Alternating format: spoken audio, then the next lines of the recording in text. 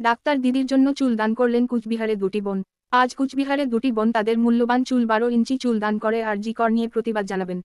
আবার সেই চুল ক্যান্সার মানুষদের জন্য আস্থা ফাউন্ডেশন এর সদস্যদের হাতে তুলে দিলেন তারা।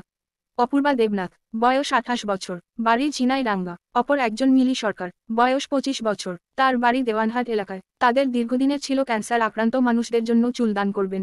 তারা সোশ্যাল মিডিয়ায় দেখতে পায় আরজি কর নিয়ে যেভাবে সারা দেশে এবং রাজ্যে প্রতিবাদ চলছে। তাদের মূল্যবান চুল দান করে প্রতিবাদ জানায়। ডাক্তার দিদির ধর্ষণ ও খুনিদের অবিলম্বে শাস্তির দাবি তারা জানিয়েছে। তারা চুল দান করে এইভাবে প্রতিবাদ জানিয়েছে নিজের বাড়িতে, কেউ বা পার্লারে গিয়ে। দুটি বোন তারা আস্থা ফাউন্ডেশনের সদস্যদের সাথে যোগাযোগ করে। তারা অনুরোধ জানায় তাদের মূল্যবান চুল বম্বে ক্যান্সার ফাউন্ডেশনে পাঠিয়ে দেওয়ার ব্যবস্থা করে যেন। নমস্কার, আমি অপূর্বা দেবনাথ। কি উদ্দেশ্যে আজকে চুল ডোনেট করলেন?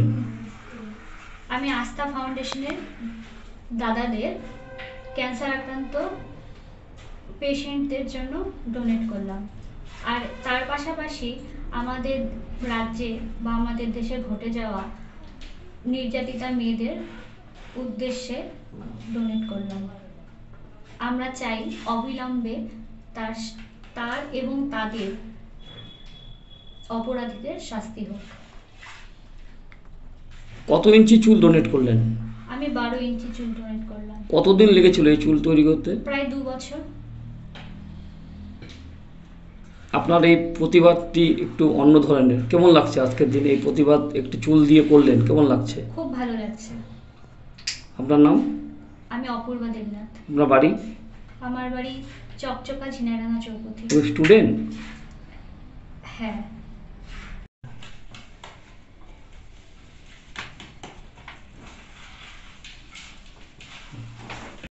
আমরা বোনকে আস্থা ফাউন্ডেশনের পক্ষ থেকে সম্বর্ধনা জ্ঞাপন করলাম উত্তর পড়িয়ে।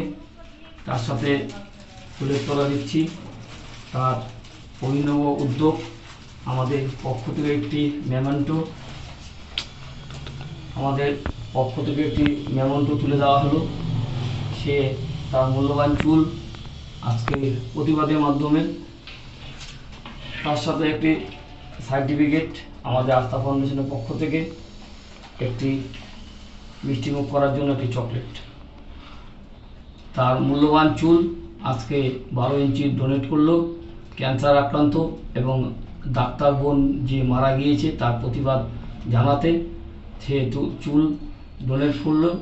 সে আরজি করে দোষীদের অবিলম্বে শাস্তি হোক, এই প্রতিবাদটি জানাচ্ছে। আজকে চুল দিয়ে কেমন লাগছে? খুব ভালো লাগছে। আর একটি উদ্যোগ প্রতিবাদ কেমন লাগছে একটু যদি বলো আমাদের সকলকে, সবাই এইভাবে যদি এগিয়ে আসে। আমি বলতে চাই যে হলো আমাদের সমাজে ঘটে যাওয়া এই নৃশংস নির্যাতন বন্ধ হোক। আর আমার মতো যারা মেয়ে আছে বা ছেলে আছে তারা সবাই মিলে আস্থা ফাউন্ডেশনের সঙ্গে যুক্ত হয়ে চুল ডোনেট করো, কিছু ক্যান্সার পেশেন্টদের হেল্প করো, তাদেরকে আর্থিকভাবে না হয় মানসিকভাবে সহযোগিতা করো। আর হচ্ছে নির্যাতিতা দিদির আমরা বিচার চাই। We want justice. Thank you. এর আগে কখনো ব্লাড ডোনেট করেছো? না, ব্লাড ডোনেট করা হয়। ইচ্ছা আছে কি ভবিষ্যতে? হ্যাঁ, অবশ্যই। Blood group B positive. তো ভবিষ্যতে কি ব্লাড ডোনেট করার ইচ্ছা আছে? হ্যাঁ, অবশ্যই। আচ্ছা বেশ, তাহলে যোগাযোগ করবো দরকার হলে আমরা। হ্যাঁ, অবশ্যই। আর আমাদের তার আগে বলে দিচ্ছি একটা আমি সবার সংবাদ মাধ্যমে, আমাদের কুচবিহারে একটা নতুন রেকর্ড হতে যাচ্ছে যেটা সারা ভারতবর্ষে হয়নি।